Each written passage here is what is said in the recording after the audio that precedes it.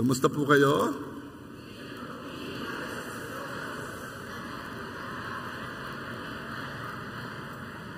Amen, amen, amen.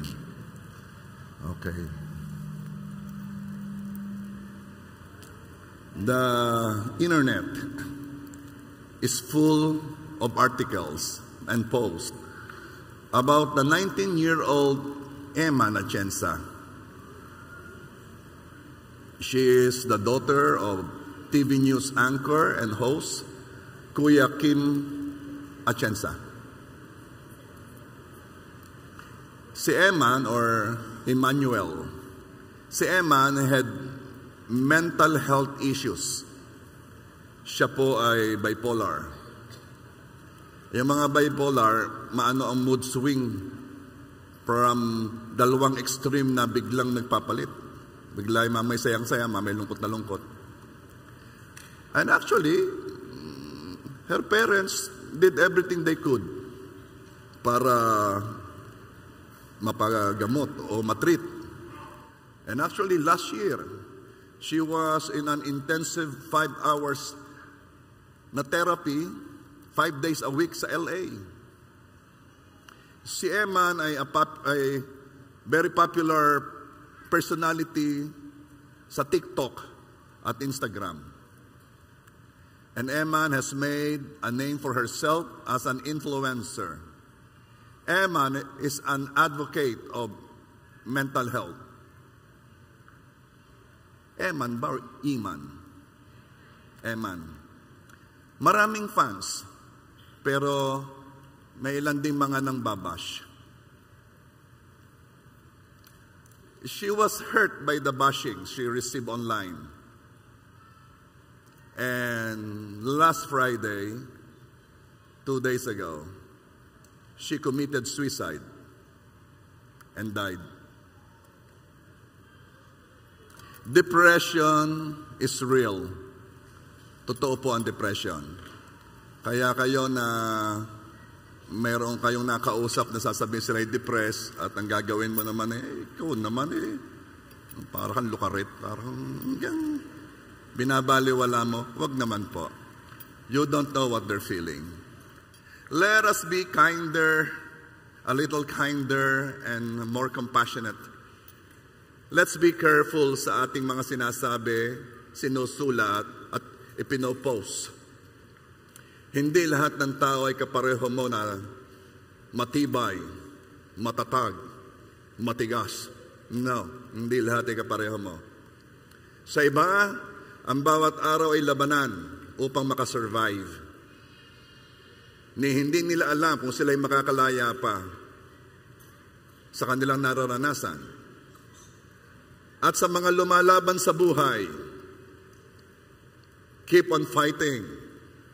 Ipanalo mo ang laban sa biyaya ng Diyos. At ang title po na i-share ko sa inyo, Ipanalo ang laban ng buhay. So again, ako po'y mahilig sa how. Paano, Pastor? Now that we know, paano ipapanalo ang buhay? Isa po sinasabi ng Bible. Renew the mind by the Word.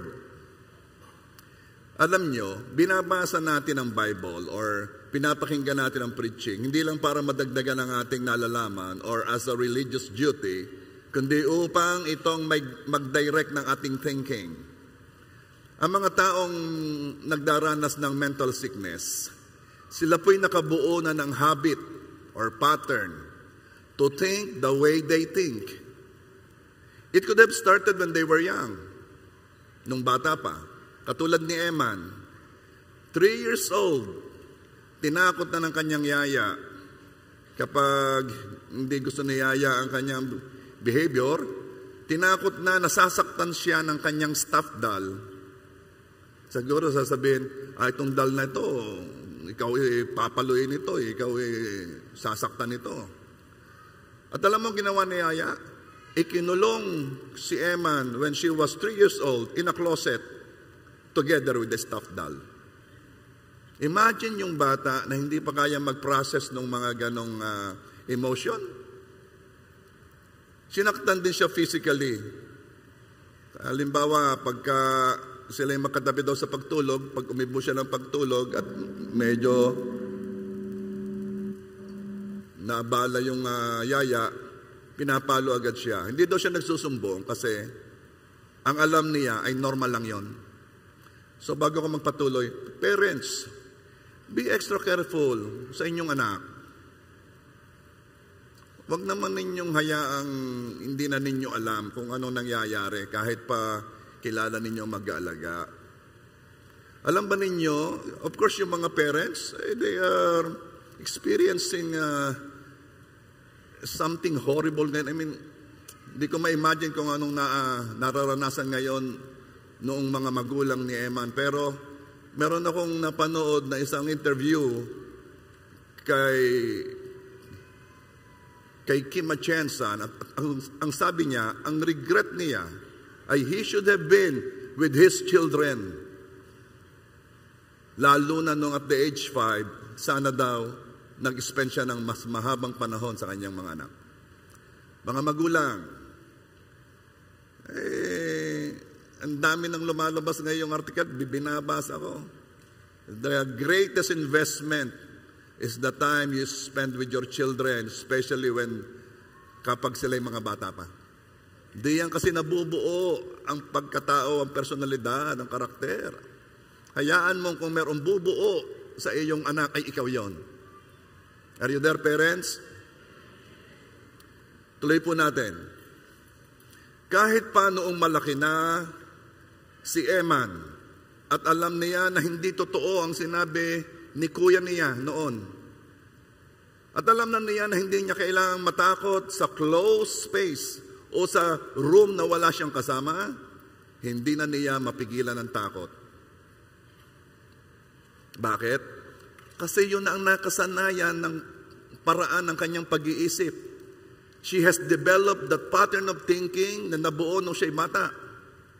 Ang feeling niya kapag siya'y nag-iisa ay may papatay sa kanya. At miski sabihin mo ay ang hirap baguhin. The automatic response ng kanyang brain sa closed space ay hindi siya makahinga. Claustrophobia. At dapat mabago ang ganitong pattern ng pag-iisip. Ang term ng Bible ay renew our mind. Baguhin ang ating pag-iisip or have a new mindset. Romans 12 verse 2. Do not conform to the pattern of this world, but be transformed by the renewing of your mind. Then you will be able to test and approve what God's will is, His good, pleasing, and perfect will. Do not conform to the pattern of this world. Ang mundo ay may kanyang ugali, may kanyang habit, may kanyang pattern, or paraan ng pag-iisip. At saan galing ang way ng pag-iisip na yon? O yung pattern na yon? Saan yun galing? Kay Satan. Bakit naman sa kanya? Dahil si Satan, ang God ng mundong ito, God with the small letter G. Ito yung na-preach ko na sa inyo noon pa. Balkan na lang ninyo, no? 2 Corinthians 4 verse 4. Satan, who is the God of this world, liwanag, has blinded the minds of those who don't believe. They are unable to see the glorious light of the good news. They don't understand His message about the glory of Christ, who is the exact likeness of God. So, dahil si Satan ang God of this world, his character influences this world. Makikita mo, kung sino ang leader sa isang lugar, nai-influence niya yung lugar na yon. Kung sino ang leader sa bahay, nai-influence niya yung lugar na yon.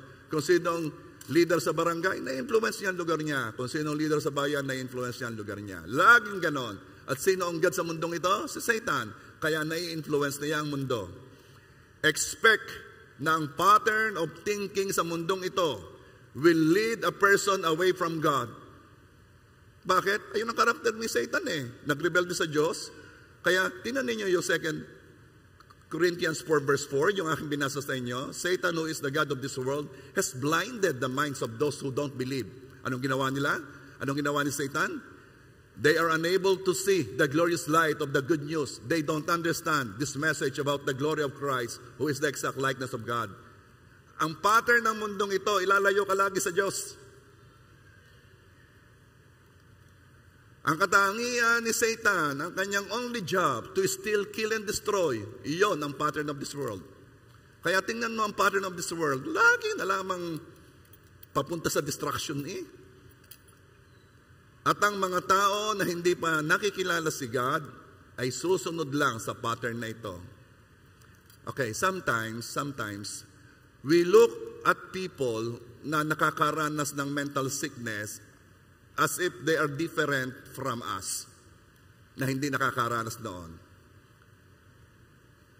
Ang hindi natin nare-realize, lahat ng tao ay may dapat ayusin sa kanilang pag-iisip. Kasi ang mga tao sa mundo ay nag-iisip ayon sa pattern ng mundong ito. Anong mundo? Mundong sinumpa. Mundong subject to decay, subject to death, a broken world, mundong may sakit. That's the pattern of thinking ng mga tao sa mundong ito. Kaya inutusan tayo ng Diyos to renew our mind, baguhin ang ating isip. And it is God's will na magkaroon tayo ng prosperous soul. 3 John 1 verse 2, Beloved, I pray that you may prosper in all things and be in health, just as your soul prospers. At paano itong gagawin? Again, the past few Sundays natin. Everything starts with the Word of God. Mark 4:14, ang maghahasik ay naghahasik ng salita. Alam natin kung ano yung inihahasid, the Word of God. It has to start sa Word. Kaya simula pa lamang ng pagsasabi, in the beginning was the Word. The Word of God determines prosperity in every area of life. Word ang magpa-prosper sa iyo pag ikaw ay malungkot. Word ang magpa-prosper sa iyo kapag nagugulo ang iyong isip. Word. Okay. Somebody I know, ay dumaan sa depression. It is a prolonged sadness. Alam nyo, okay naman ang malungkot ha, pero hindi okay yung mahabang panahong malungkot. Bakit? Baka bumuo ang inyong brain ng pattern at hindi na makawala doon. Itong taong ito, she's a girl, ay nakaranas ng mahabang lungkot because of her separation from her husband.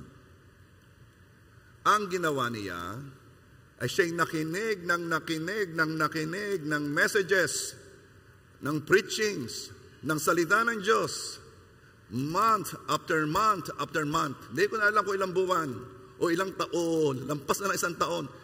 Talagang nagkulong siya sa room na word.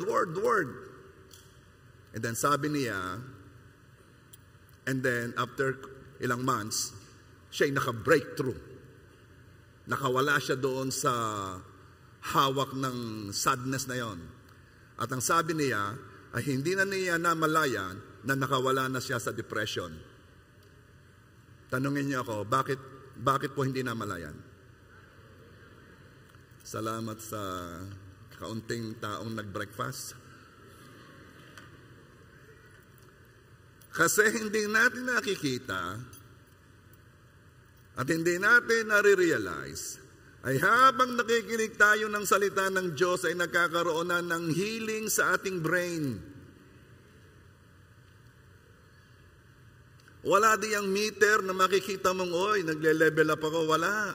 You just hear, and you don't even know what's happening in your mind and in your soul. Psalms 107 verse 20. He sent His word and healed them and delivered them from their destructions. He sent His word and healed them. Kaya yung pakikinig nyo ng pakikinig na salita, akala nyo walang nangyayari?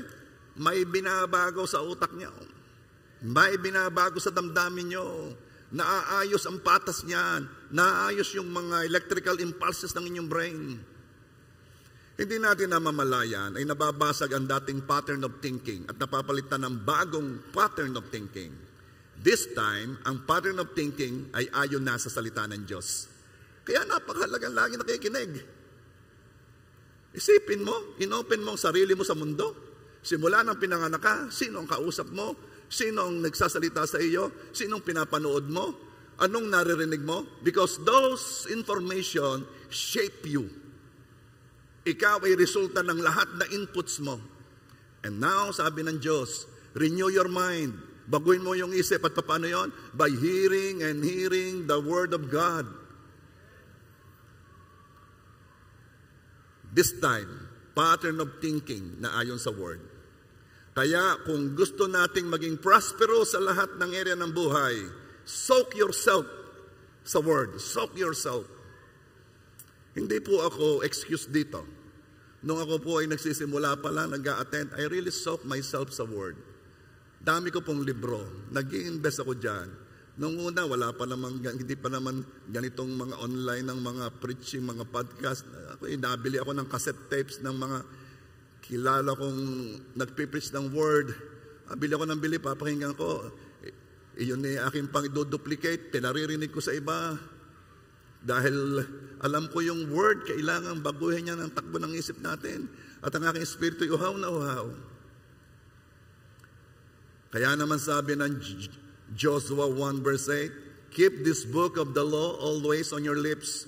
Meditate on it day and night, so that you may be careful to do everything written in it. Meditate on it day and night. Church, kulang na kulang ang ating pakikinig na salita. Kahit ako, kulang. Bakit? Day and night. Ganon natin kakailangan mabago ang ating isip. Ganon natin kakailangan ng salita ng Diyos. Sapagkat ito ang pagkain ng ating spirito. Kaya ang isang Kristiyano ay mahina. Mahina ang kanyang input ng Word. Kung sana kung gaano kakalakas kumain ng kanin, ay ganon din kalakas kumain ng salita. And then, piliin mo mga messages according sa need mo. Kung ang gusto mo ay physical healing, pakinggan mo yung mga messages about healing, breakthrough in healing, part 1, part 2, part 3, tingnan mo lahat. Kung ang gusto mo ay soul prosperity, pakinggan mo lahat yung mga messages that will encourage you, that will uplift you. Kung gusto mo ng financial prosperity, ang need ng area ng buhay mo, listen to the word of faith. Hear messages about the thing that you need. Word thinkers are prosperous thinkers. Prosperity of your life is based on the prosperity of your soul.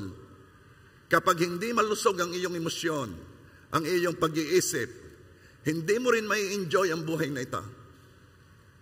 Beloved, I wish above all things that you may prosper, be in health as your soul prospereth. Kailangan kasabay ang pagsagana ng iyong emosyon, ng iyong way of thinking. I knew someone na dumaan sa depression.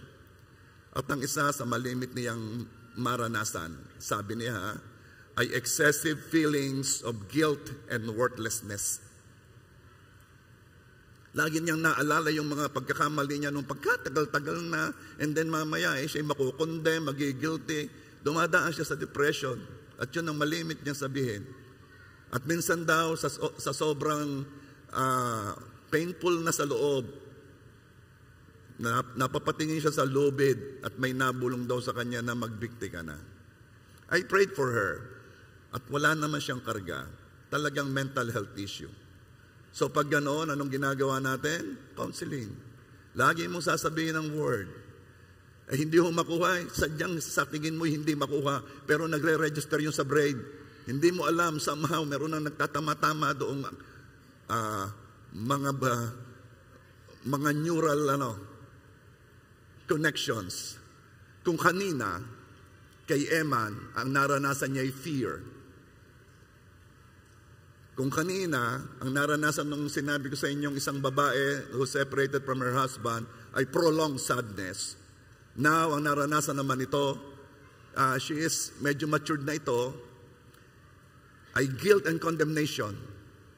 This is another negative emotion. Merong isang sikat na pastor sa New York, sa isang sikat na church.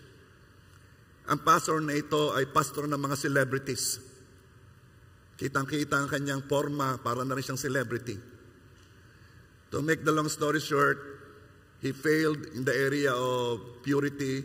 He committed immorality. He was found out, then he resigned as pastor of that mega church in New York. Now, right now, he admitted that he is battling depression and deep shame.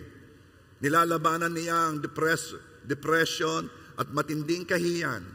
At sinasabi niya na ang kanyang mga dating ginawa deeply hurt his wife, children, and congregation. Sobrang condemnation ang dinadaanan ng taong ito. Alam mo yung knee-jerk response? Alam mo yung automatic response sa mga tao kapag sila ay nagkakasala? Inaalis nila ang blame sa kanila. They try to take the blame away from them. Paano? Ibine-blame nila sa iba. Kaya naman ako nagkaganyan dahil ng babaeng yan kung yan naman hindi nagpakita ng motibo. Kaya naman ako nagkaganyan ay dahil ng aking mga magulang Dahil ito'y dumadaan sa aming bloodline Kaya naman ako nagkaganyan dahil. The knee-jerk response, ang malimit na response, ay alsin natin ang blame. Bakit? Dahil ayaw natin ng masamang feeling ng guilt and condemnation. Yung mga tao, lahat na gagawin para wag maramdaman ng guilt and condemnation. Lulunurin ang sarili sa alak para paglasing na, wala nang gugulo at wala nang maririnig ang kanyang konsensya. Pero this pastor, na hindi na pastor ngayon, instead of blaming others, he retreated from public life, focusing on his family and seeking restoration. Huwag po ninyong babasta-bastahin ang condemnation. I listened to a testimony ng isang Buddhist man, si Steve Kang. Si Steve Kang, from Korea, he was a Buddhist, died and went to hell. Ako mahilig makinig ng mga testimony ng mga near-death experiences kasi sila, nakikita nilang langit, nakikita nila impyerno. I mean, pagtama sa sinasabi ng Bible, it's really interesting. Ang una daw niyang naramdaman is the condemnation ng sin. At napakasamang pakiramdam. Ang sabi niya, every person in hell know that he is a sinner. Kung ngayon, itinatanggi mo pa, ako naman, kahit pa paano mabuti akong tao. Ako naman ginagawa ko rin naman narigin. No. Pagdating sa langit, di mo maalala yung ginawa mo mabuti. Sa impyerno, pagdating mo sa hell, at hindi ka pumunta sa hell, pagdating ng isang tao sa hell, hindi niya maalala yung ginawa niyang mabuti. Ang mararamdaman niya ay ang panguusig ng kanyang kasalanan, that he is a sinner. Maunawaan ng tao ang kasamaan ng kasalanang ginawa compared sa lupa. Sa hell, amplified ang condemnation at ang guilt na nararamdaman. Pangit na pakiramdam ng panguusig ng kasalanan. Bakit ito ang unang sinabi ni Steve Kang? Kasi hindi po natin alam ang turo ng mga Buddhist Ang turo ng Buddhist ay walang Diyos, walang lumikha, therefore walang magliligtas. Na sila ang magliligtas ng kanilang sarili. Walang literal place na hell and heaven. Ang hell ay dito rin sa mundo, depende sa katatayuan. Kapag naghihirap, di hell. Kaya dahil walang tagapagligtas, hindi sila maghahanap ng tagapagligtas. Walang notion ng sin na kailangan bayaran. Ang kaligtasan nila ay hindi sa hell bilang kabayaran ng kasalanan, kundi ang kaligtasan ay paghihirap sa lupa at ito'y depende sa kanilang mga gawa. Ang paniwala nila, pag sila'y namatay, isisilang muli sa ibang level ayon sa ginawa nila sa lupa. Kaya nung si Steve Kang ay nasa hell, sobrang na-realize niya ang bigat ng kasalanan. nung naramdaman niya ang guilt and condemnation nito. Hanggang ngayon, dito sa lupa, ang condemnation o pang-uusig sa budhi ay nararamdaman ng taong nagkakasala. Ito'y pangit na pakiramdam. Not as multiplied sa hell, sa lupa pa lang. Napakapangit ng pakiramdam ng condemnation. Itong umaagaw ng kapayapaan ng isang tao o kahit ng isang Kristiyano at umaagaw ng kanyang zest for life, umaagaw ng kanyang ganang mabuhay. Maraming Christian ay sobrang nalulungkot at nanghihina dahil dito. At anong resulta? Lumalayo sila sa Diyos. Gayong sinabi ng Diyos sa lahat na tumanggap kay Kristo.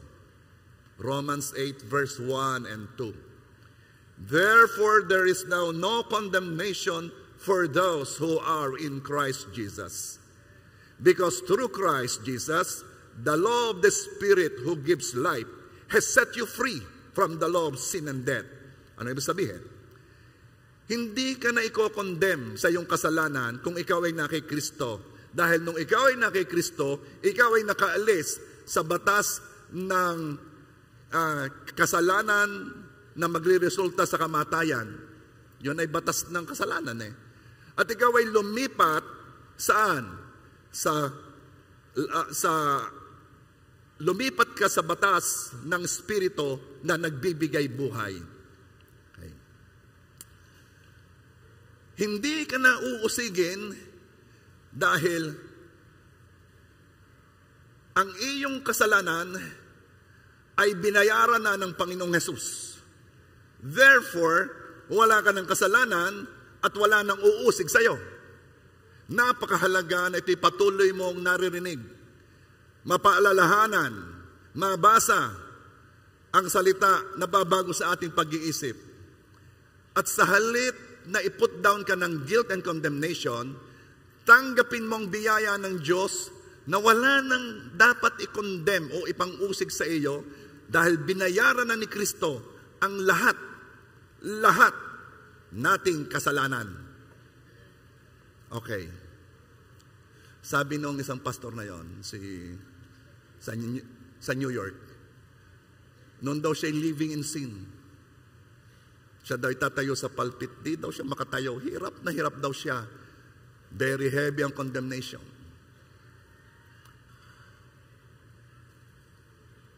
Pero ngayon, nung na-found out siya'y dumadaan sa restoration. At alam mo, minsan, kahit pastor na hirap ito tanggapin. Because this is opposite of what his nature is telling him. Nagkasala ka, mahiya ka, dapat kang i-diin, dapat kang i-put down. No. Kayo'y magugulat. Meron niyang nagtanong, ibig mo sabihin, itong mga nagnakaw na ito ng Ghost Flood Control Project, ay kapag ka nagsisi, ay tatanggapin ng Diyos? Oo. Ibig mo sabihin, paano naman yung mga namatay dahil naagos ng baha, dahil sa mga ginawa nila? Ibig mo sabihin, kahit ganun kagrabe na kasalanan, pag sila'y nagsisi, lumapit sa Panginoon, patatawarin ng Diyos? Oo. Bakit ganon? Hindi nila ma-figure out ang biyaya ng Diyos. Church, we are living in a grace age na ang biyaya ay napakasagana. Kahit ikaw ay nagkasala, ikaw ay bumalik sa Panginoon, magsisi ka, humingi ka ng tawad, at ikay patatawadin at lilinisin sa lahat ng kasalanan, kahit anong laki ng kasalanan yan.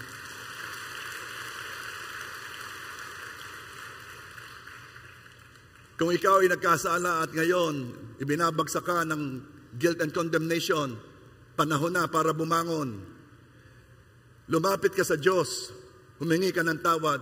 Pastor, ilang beses mong ginagawa, kahit ilang beses mong ginagawa, lalapit ka pa rin sa Panginoon, hihingi ka ng tawad. That is the only way.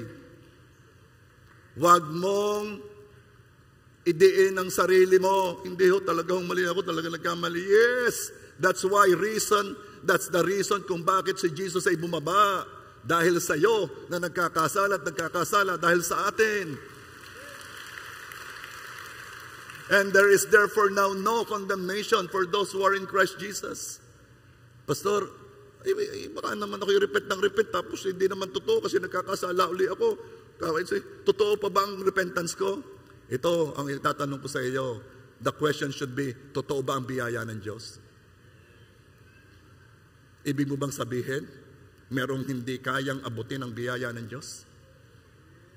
Ibig mo bang sabihin, mas malakas ang kasalanan mo kaysa biyaya ng Diyos? Yung bang ibig mo sabihin? Then baguhin mo ang isip mo. Renew your mind. Why? Because wala nang mas matimbang pa sa lupang ito. Walang kasalanang mas mabigat, mas malaki, mas matindi sa lupang ito na mas bibigat pa kaysa dugo ng Panginoong Hesus.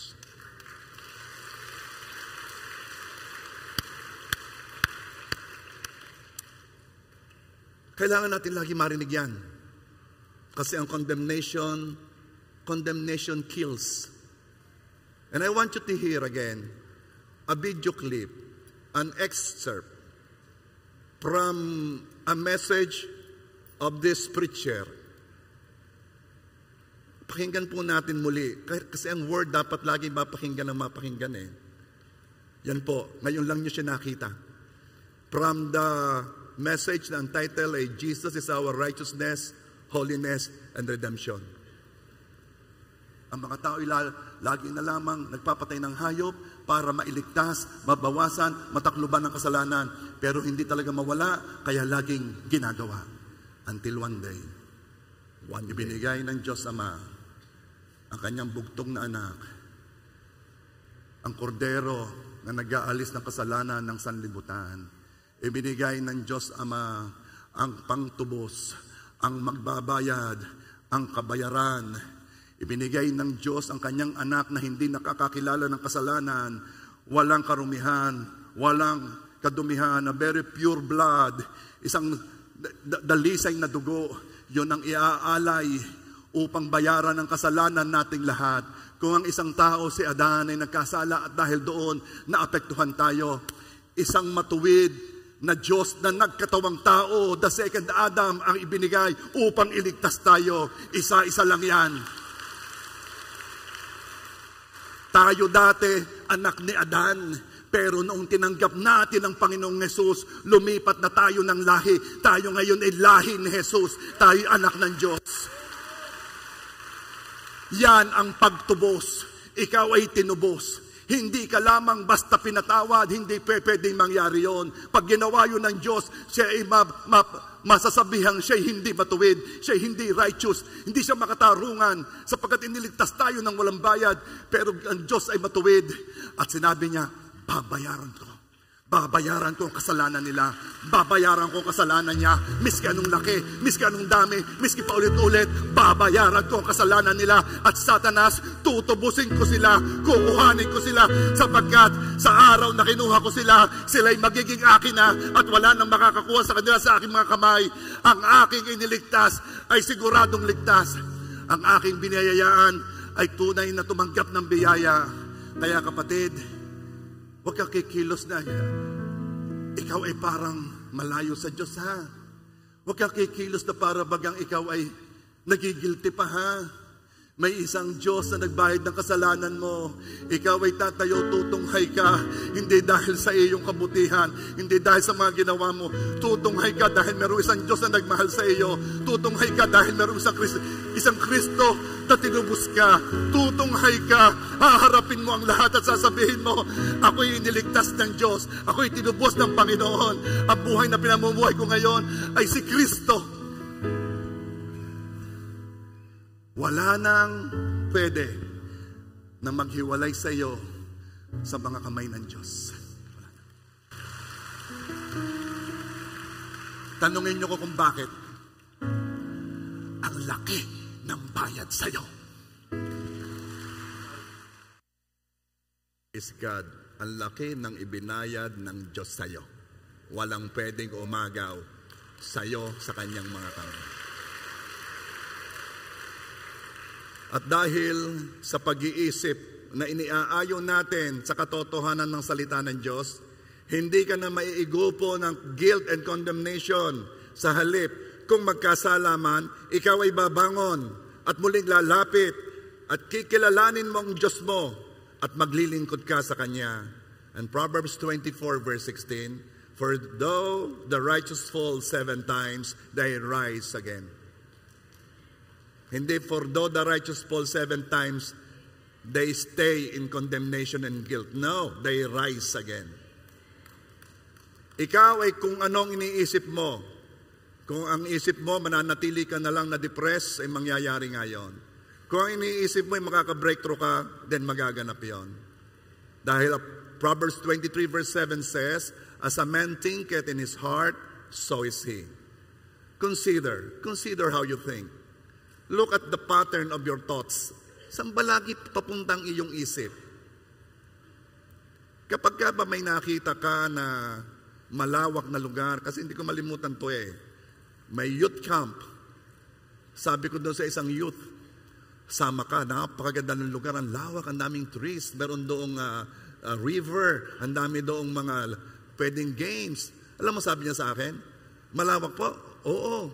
So pwede ho palang magkawalaan doon. Sabi ko, ano ba pattern of thinking yan? The pattern of thinking. Sa halip na sasabihin, wow, enjoy ako doon, wow. Alam mo kung bakit? Kasi yung pattern of thinking, yan ay nabuo simula bata. Most likely, yung mother noon, o yung parents noon, wala nang sinabi, oy, okay dyan, wag kang lumayo, oy, dito ka lang, nakikita ko, dito ka lang, baka puro ganon. Kaya nung lumaki, takot. Hindi adventurous. Consider how you think. Look at the pattern. Ikaw ba'y mayroong persecution complex? Alam niyo yung persecution complex? Yung ang iniisip mo, yung mga tao ay galit sa iyo, laban sa iyo, di mo kakampi. May sinasabi against you, that's persecution complex. May bitterness ka pa ba? Hindi ko akalain na sa dami ng salitang naririnig na ng mga Kristiyano, ay they will choose to stay in this path. Yung, alam naman nila sila'y bitter. Pag bitter, hindi ka pa nakakapagpatawad. At alam mo mga Kristiyano, minsan, they have a way of pasimplihin, pagaanin ito. Huwag mong tawaging tampo ang galit. Ako'y tampo. Ang tampo, ikay galit. Huwag mong paliitin ang kasalanan ito. 1 John 3:15. Everyone who hates his brother is a murderer. And you know that no murderer has eternal life abiding in him. Hanggang ngayon ba may pinagtatampuhan ka pa, Kristiyano? Ha? Don't forget, ang issue ay dapat makalaya ka because ang eternal life ay hindi tumitigil sa mga tao na mayroong kinamumuhian, kinagagalitan. Ang issue dapat makalaya ka, hindi ang maraming kumampi sa iyo. Laging gusto mo yung isa sasamahan ka sa iyo. Ay, hindi natin bati yun ha. Ay, laro ng mga bata yan, ang laki mo na, yan pa rin ang laro mo. Magkukwento ka and you are expecting sila sasama sa iyo. Kaya minsan, ang daming nararamdaman na kung ano-ano sa katawan kasi ang daming negative na iniisip. Halata ang pattern of thinking or mindset sa mga sinasabi natin. Merong ang tawag kayo, merong sickness mentality. Itong mga taong, ang unang bungad sa iyo, bago kayo nagkamit, ay, sakit ganun aking likod. Ano ka naman, are? Malingalan ko sabihin, wala bang ibang topic? Wala bang ibang topic? Pag-uusapan ba natin kung paano nasakit ang likod mo? I mean, sickness mentality yan. Bata ako, sabi ng aking inay, ayang si Ito, yan hindi madaingin kaya hindi malaman ko anong nararamdaman na yan So, hindi, ayaw ko kasi ng topic na yon. Hindi ako enjoy na pag-usapan ng mga nararamdaman. Pero siyempre, pag ikaw na may pagpe-pray ko, di tatanungin ko, ano ka nararamdaman mo? Iba yun. Meron yung purpose. Pero yung kita magkakapihan, ano? Kita anong gusto mo, matcha? Ay, ikaw naman, latte. At noong alam mo, bakit ka dini sa akin kamay dini? ngali-ngali kung, siya, ubus na, kita.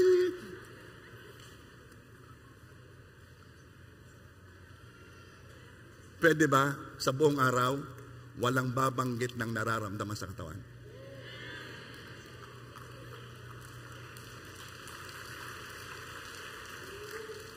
Para kayong nakalaya, ay salamat pastor, nabanggit mo yan. Salamat. Parang matagal ka na rin nagtitiis sa kasama mo, ano? Okay. Hindi naman si pastor naman, very insensitive. Ganun rin kasi,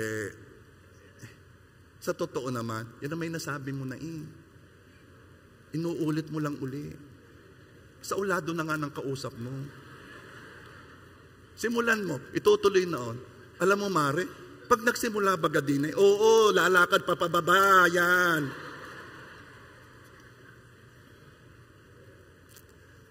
Okay.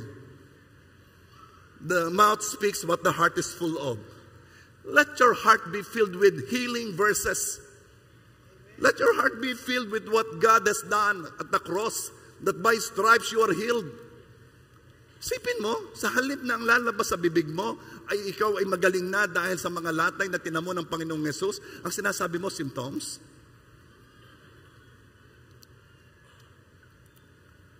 Meron ka bang lack mentality? Lack. Poverty mentality, yung kawalan. Alam mo, ito yung nangyari sa ampunan. May mga bata na kinuha ng bahay ampunan. Sa bahay ampunan, maraming pagkain. Meron sila mga sponsor Dami. Sila sure nakakain. Pero napansin nila, dumarami ang guyam o langgam. Depende where you are. Pag nasa Batangas, guyam yan. Dumadami ang guyam o langgam na lumalakad at umaakyat sa kama ng mga bata. At hindi malaman ng mga caretaker doon, ng mga nag-aalaga kung bakit hindi malisal sa guyam until they found out. Yung mga bata ay kumukuha ng tinapay, tinatago sa unan. Alam mo kung bakit? Ang hirap palisin ng lack mentality. Hindi nila sure kung bukas kakain sila. Kahit sure na, kahit kita na, yung utak, may pattern of thinking, kumikilo sila sa lack mentality. Naisip ko tuloy, siguro ito rin ang kumikilo sa mga taong mahilig mag-Sharon.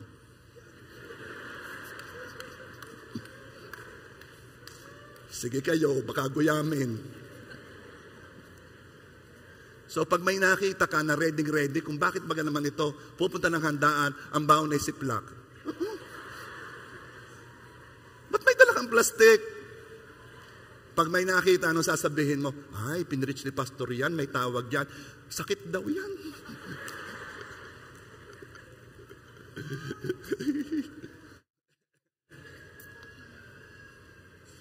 Lahat ng nangyayari sa buhay mo ngayon can be traced back to how you think. So anong gagawin mo? Magbabasa ka ng word. At mababasa mo na huwag kang maging anxious about your future. Huwag kang mag-alala sa susuotin o sa kakainin sapagkat may Ama ka sa langit.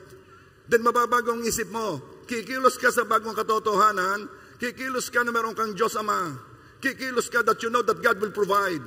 Na kung ang Ama mo sa lupa ay marunong magbigay ng mabubuting regalo, lalo na mas mabuti ang Ama mo sa langit na magbibigay sa iyo ng lahat mong pangangailangan. At dahil doon, hindi ka makikipagagawan sa Sharon. At dahil doon, pag sa buffet, hindi mo kukunin lahat ang hipon. Ay natirang pansit, ubos ang hipon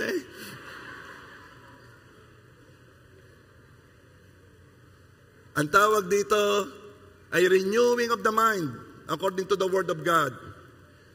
So magbabasa ho ako lagi ng Word? Yes. Bakit to yung anak ni Rick Warren, yung author ng Purpose-Driven Life, nag-suicide din.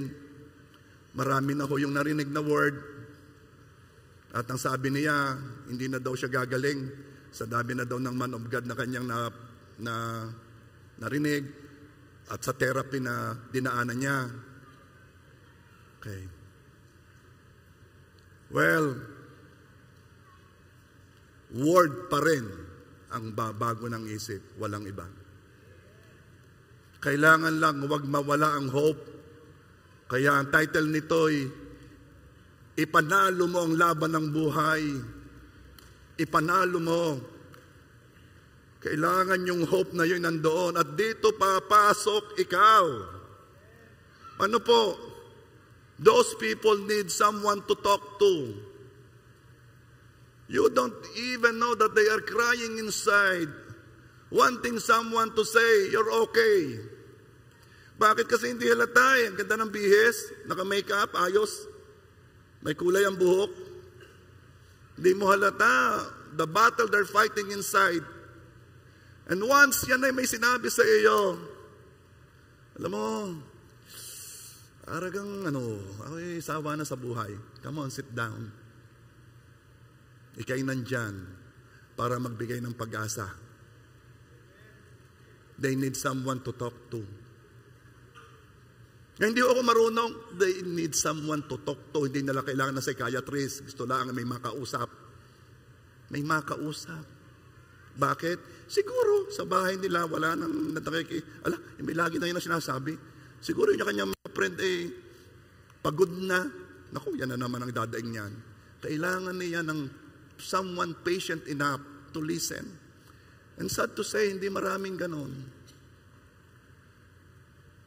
Dito papasok ang mga life group leader. Life group leaders. Be sensitive sa iyong member. Pag yan ay nagsasabi na ng simpleng-simple ang sinasabi na luluha-luha, ay, give him time, give her time. Kung may dumaraan dito sa depression, you don't need to suffer in silence. Talk to someone. Talk to your life group leader. Huwag kang maiiya. Hindi ka abala. Hindi ka abala.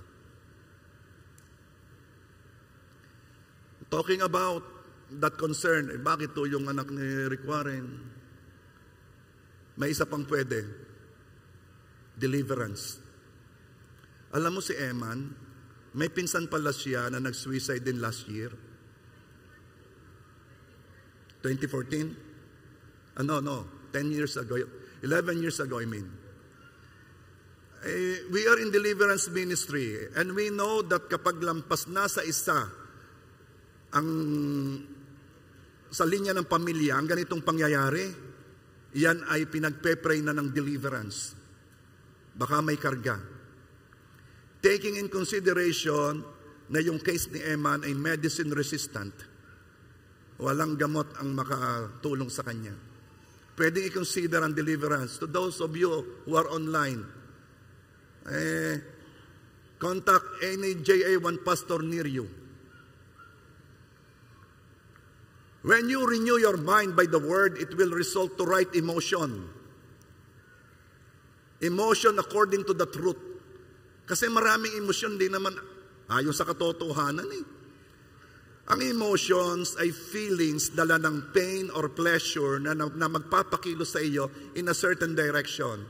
Ang depressed, ayaw niya lumabas sa kwarto o sa bahay.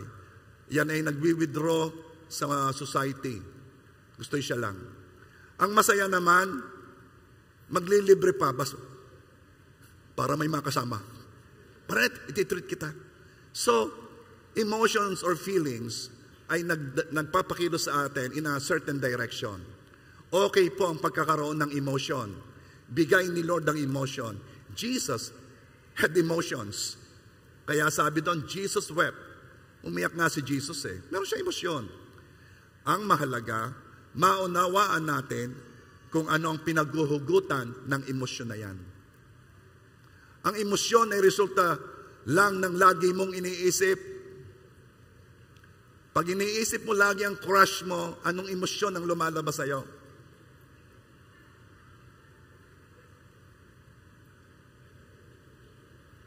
Ruby, nasaan ka, Ruby? Okay. Kaya balik muli sa kasimula-simulaan. John 1:1, in the beginning was the Word. The Word is truth.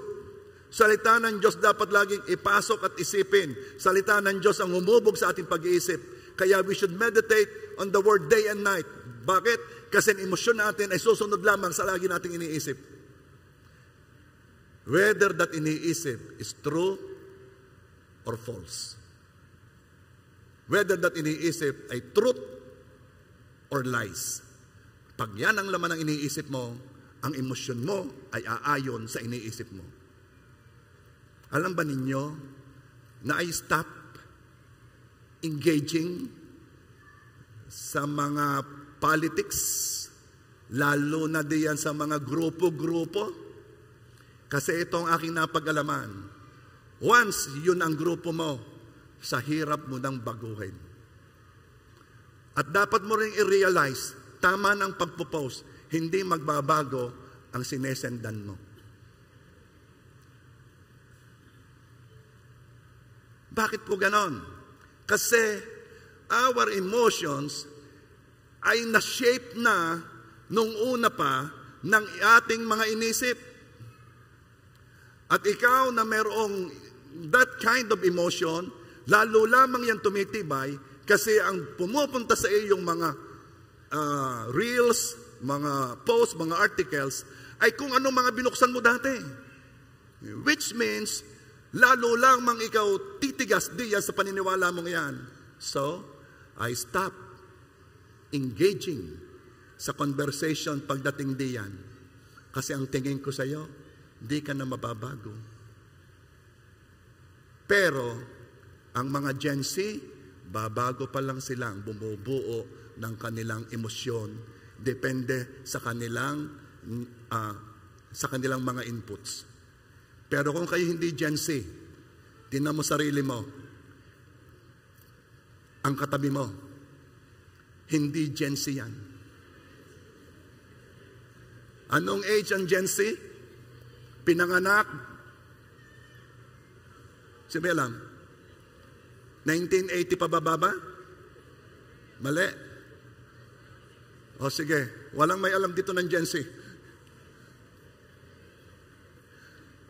Ang ating iniisip ay nagpo-produce ng emosyon.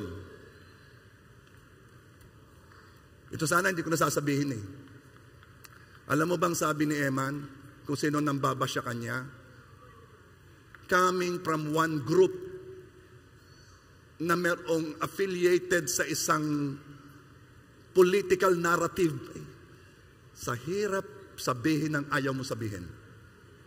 Coming from this group, yun ang nambabasa kanya. Please, please, keyboard warriors, please, be sensitive. Hindi kami titigas nyo. We're not as strong as we look. Please, be gentle, be kinder. Mga trolls, nahanap buhay na ninyo yan. With 20 fake accounts.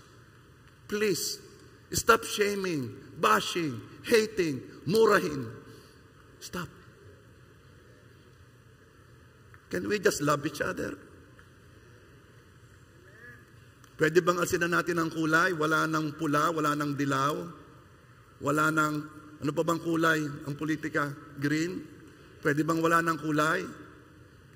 Makikisabi sa inyong mga kakilala, pwede bang wala nang kulay? Magkape na lang tayo. Doon tayo mamili ng kulay. Green pag matcha.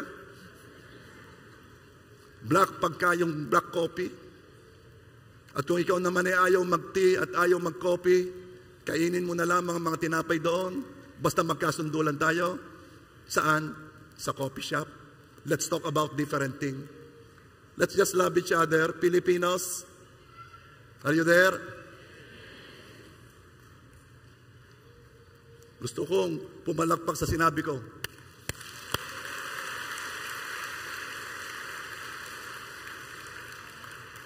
Ang ating iniisip ay nagpo-produce ng emosyon. Isipin mo kung hindi word ang iniisip mo, then magpo-produce ka ng maling emosyon. Hindi ko gusto ang ginawa ng mga government officials na nagnakaw sa bayan. And let justice prevail. Pero, hindi ako galit sa kanila. And if ever sila imamit ko, I will treat them sa coffee. I will treat them well. Kung makaharap ko man sila. Kasi, hinubog ang thinking ko kung paano kumilos si Jesus nung dinala sa kanya ang adulterous woman. Hinubog ang thinking ko kung paano kumilos si Jesus noong siya ay pumunta sa isang lugar at marami doong mga Pariseo at Skriba, pero pinili ni Jesus kumain kasama ang kinamumuhian nilang si Zacchaeus. Hinubog ang thinking ko kung paano kumikilos si Jesus. Kumikilos siya that it is His will that no one should perish. Pero pastor, nagalit din naman si Jesus sa mga nagbebenta sa templo. Di ba nagalit siya? Di ba pwedeng magalit? Itinumbangan niya ang mga tables ng mga money changers eh. Itinumba niya ang upuan ng mga nagbebenta ng kalapati. Yes. You know the reason? Kasi niyurakan nila ang glory ni God. Matthew 21:13, He said to them, "It is written, my house shall be called the house of prayer, but you are making it a den of robbers." Masyadong passionate si Jesus sa glory ng kanyang Ama. Ay, ang templo, ginawa na ninyong tindahan eh. Ito eh, house of prayer. Dito kayo makikipag-usap sa Diyos. Ginawa niyong ganito. Kayo nagpe-pray pa. Alam mo, baguhin na naman natin kung saan tayo magagalit. Magalit tayo kung may yumuyurak sa glory ng Diyos. Magalit tayo kung may nagsabi sa Diyos ng kung ano-ano. Magalit tayo tulad ng isang pastor na nagsabing si Yahweh ay demonyo. Katulad ng politikong minumura ang Diyos. Doon naman tayo mag-emosyon. Pero hindi okay kung madadala ka ng emosyon. Ephesians 4:26, "Be angry and do not sin. Do not let the sun go down on your wrath." Yes, magalit ka. Go ahead. Pero mamaya pag-pray mo na. That's how we think. Renew your mind. Hindi kita pinipigilan magalit. Magalit ka sa Dilawan, magalit ka sa DDS, magalit ka sa kung saan mang kulay. Okay, go ahead. Pagkatapos mo magalit, mag-pray. Ipag-pray mo sila. Because ang will ng Panginoon is no one should perish.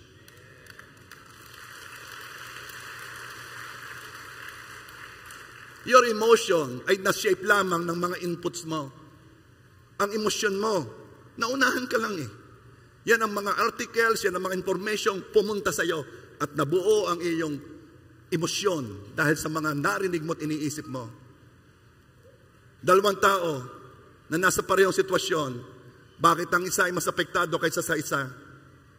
Kasi siya dalang-dala ng kanyang emosyon. Malimit ang tawag natin ng mga emotional. 2 Timothy 1:7, "For God gave us a spirit not of fear, but of power, of love, and self-control." Bakit mahalaga na ayon? Tatapusin ko na aking message dito. Bakit mahalaga na ayon sa salitang emosyon? Why? Because our feelings will lead us to decide. Bakit ang kukulay ng color ng mga fast food? Bakit orange, red, yung Jollibee, McDonald's? May nakita ba kayong Jollibee at McDonald's na ang kulay ay black? All black, you know. Para ambience nila. Nakita ba kayo? No. They want to stir up your emotion ng fun, ng brightness. Kaya ako tuwing dadaan ako ng fast food, yung mapa Jollibee, mapa McDonald's yan. Gusto kong pumasok, wala na naman akong kinakain dyan. Gusto ko pa rin pumasok. Bakit? Na-shape ang aking emosyon ng mga inputs ko noon. Ay, pumunta kami ng Vietnam. Kami sakay sa bus, mga Pilipino, napadaan kami sa Jollibee, sigawan lahat kami, "Jollibee! Jollibee!" Ay, mga edad namin, pagka na. Imagine kung paano na-shape ang aming emotion by the inputs that we had. So, anong ibig ko sabihin? Napakahalaga ng iyong emosyon ay ayon sa salita. Because what we think is this. What we feel is true. Very dangerous. Ito ang ating paniwala. Kung anong nararamdaman ko, yun ang totoo. Oh no. Ay, ang daling manipulate ng nararamdaman. Ang daling i-manipulate na yung emosyon. Di ko malimutan yung kaklase ko. road trip papunta sa Baguio, magkaklase. Hindi ako kasama. Niligawan ng kaklase ko, yung kaklase ko. Papunta sa Baguio. Ay matagal-tagal din naman ang biyahe. Pagpunta sa Baguio, nasa restaurant sila. Piping music. Magandang ambience. Soft music. Sinagot. Yes. Tayo na. Natapos si restaurant, nawala si ambience, bumaba sila sa Manila, nung bumababa na, binawi. Ang daling i-manipulate ng emotion. Kaya mahalagang ang emosyon mo ay ayon sa salita ng Diyos. Dahil paniniwalaan mo na totoo kung anong nararamdaman mo. That is what Eman felt. Totoo sa akin ang nararamdaman ko.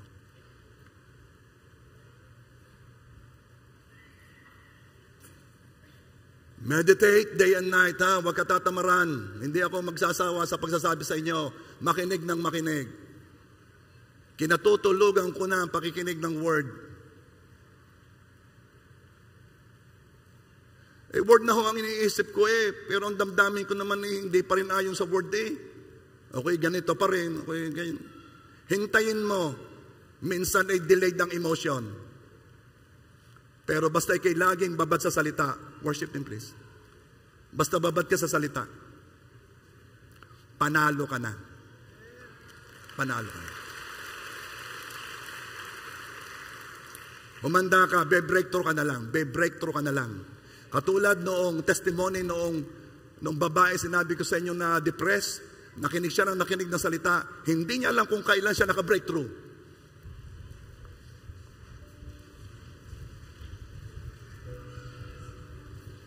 Basta nakikinig na salita, panalo ka na, be-breakthrough ka na lang.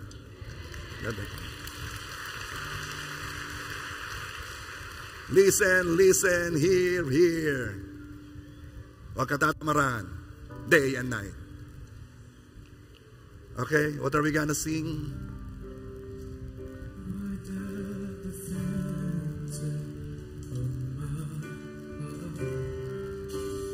Pick up all my pieces and put me back together. You are the defender of my heart. When I thought I lost you, you knew where I led me. You are the introduce me to your love. You pick up all my pieces and put me back together.